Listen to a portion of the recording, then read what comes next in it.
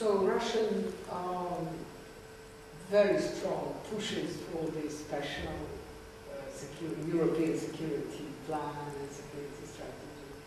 I don't think looked at positively by anybody. Who places? Russia. Russia talks a lot, or has talked recently a lot about the need for Europe to develop its own new security strategy, which will be European strategy, not NATO. And the way when one puts on television with Russian channel, or there was a time when the video was very much talking about, the impression was that already decided.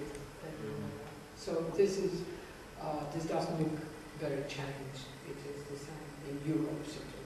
NATO is the security umbrella. But also because for the Russians, from the Russian point of view, EU is not a threat. But NATO for them is a threat. They see it as it is the heritage of the Cold War. NATO, you know, is an enemy organization. It is against Russia. EU, it's not against Russia. It's sometimes they think it's a Western organization, so they don't see it always positively. Of course, Napoleon and Hitler do not matter.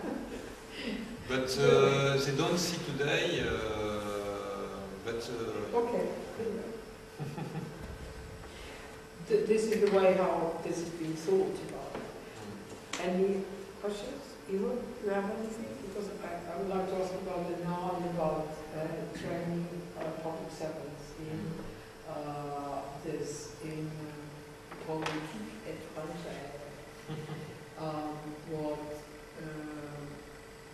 sort of French, because French political public servants or civil servants, right?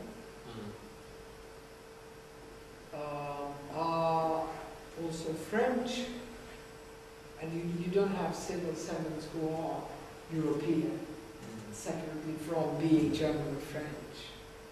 So this is all the same. And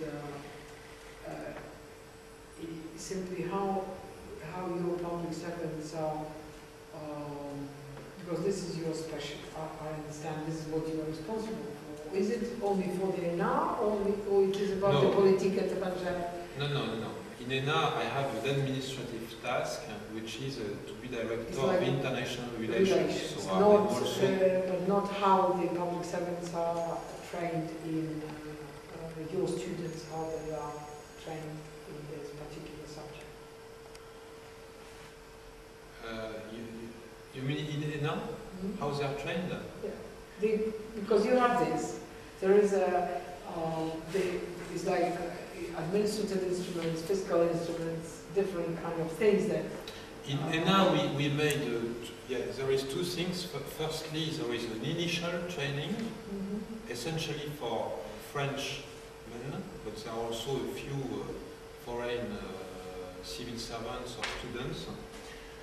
And they are trained during 2 years, and then they enter the administration, the different administrations or the corps, finance ministry, finance inspection, court for the counts, administrative justice, etc., diplomacy, corps préfectoral, local administration from the state. So this is initial training. This is the core of the ENA activity. And then we have permanent training for civil servants, French or foreign, and they are trained in all possible topics. It can be about leadership, management, fight against corruption, local management, management of territories.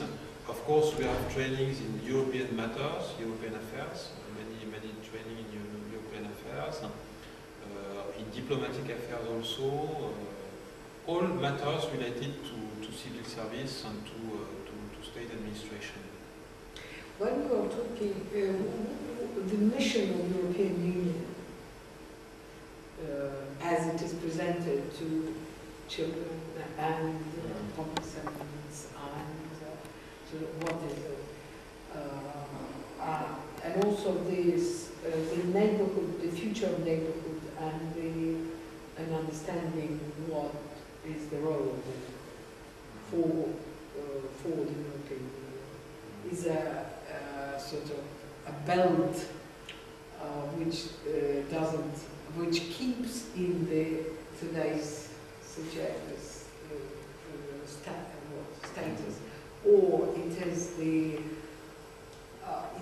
it's a step of expansion.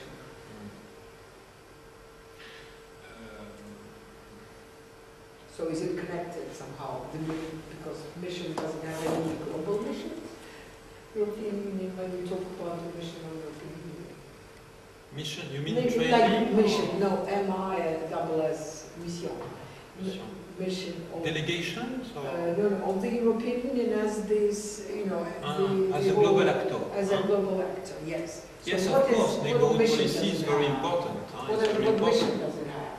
But you can, there was a communication was issued by the Commission yesterday or 2 days ago about European neighborhood policy, and you can see there are new proposals to reinforce the efficiency of this neighborhood policy, and there is it's a very important mission for the EU neighborhood policy. But of course it's difficult because you have many problems. All situations are different, and the EU has some means, but you cannot force the countries to do free trade zones. You cannot force Israelis and Palestinians to do peace. You cannot force to make economic integration, etc. So we try to support reforms, democratic, economic reforms, but it's not always, far-reaching.